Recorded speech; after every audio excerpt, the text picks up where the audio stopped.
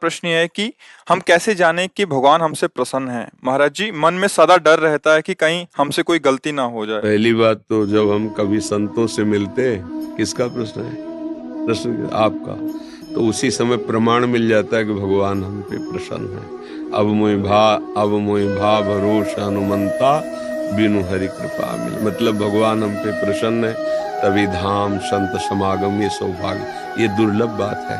नहीं, सुत दारा धन लक्ष्मी, पापियों के घर होए, संत समागम हरि कथा, तुलसी दुर्लभ दोए।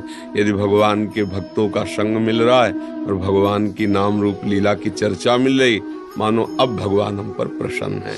अब हमें क्या सावधान रखना चाहिए कि भगवान की प्रसन्नता का प्रतिदिन अनुभव हमारा बढ़ता रहे।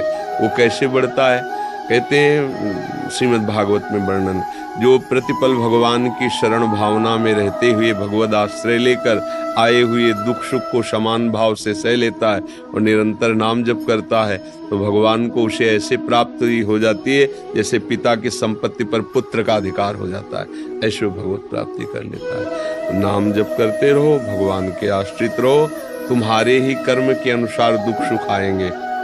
शास्त्रीय सिद्धांत यदि समझ लोगे तो भटकना नहीं पड़ेगा।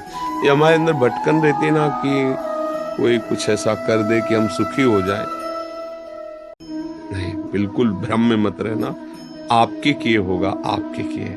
जब आप सच्चे आचरण से चलोगे, नाम जप करोगे, तो पूर्व जन्म के कर्म अनुसार दुख आएगा, पर आप उसमें दुखी नहीं होंगे, सह जाएंगे, आनंदित रहेंगे।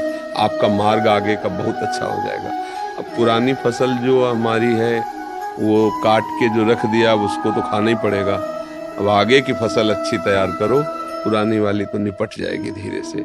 जो कुछ हमारे गंदे कर्म हुए, जो हमारे पापाचरण, भगवान की शरण में भगवान के नाम के बल, वो सब धीरे धीरे खत्म हो जाएगा। आगे आचरण हमारे गंदे ना होने पावे। आगे देखो पाप क्या है सब कोई जानता है। नहीं, पाप के लिए मुझे लगता है कोई पढ़ने की जरूरत नहीं, हृदय में ऐसे संकेत होते रहते हैं कि तुम गलत कर रहे हो। और प्रायः बुद्धि इतना तो जानती है ये गलत है। जो गलत है उसको आप गलत मानकर फिर ना करें तो आप निष्पाप हो जाएंगे। पर उतनी बुद्धि टिकाऊ बनी रहे, बुद्धि जानती है फिर भी उसी में फिसल जाती है, उसका मतलब उसमें बल नहीं। तो बल की कमी होती है भगवान के आश्रय से, भगवान के नाम से दूर रहने के कारण। अगर भगवान के आश्रित रहोगे तो कितना बल।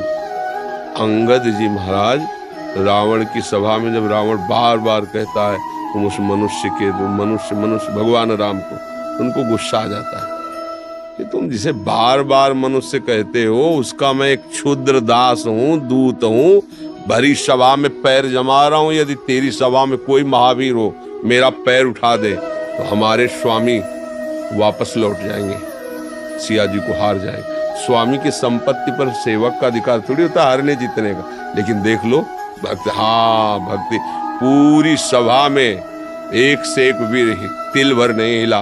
ये क्या था? अपने प्रभु का दृढ़ विश्वास, अपने प्रभु का पूर्ण समर्पण। यह है बल, भगवद आश्रय का बल। देखो हम लोग बलवान नहीं, लेकिन हम बल के आश्रित हैं, प्रभु के आश्रित हैं। अगर ऐसे भाव से चलोगे तो बुद्धि बहुत जल्दी पवित्र हो जाएगी और भगवान की कृपा का प्रतिफल अनुभव होता रहेगा।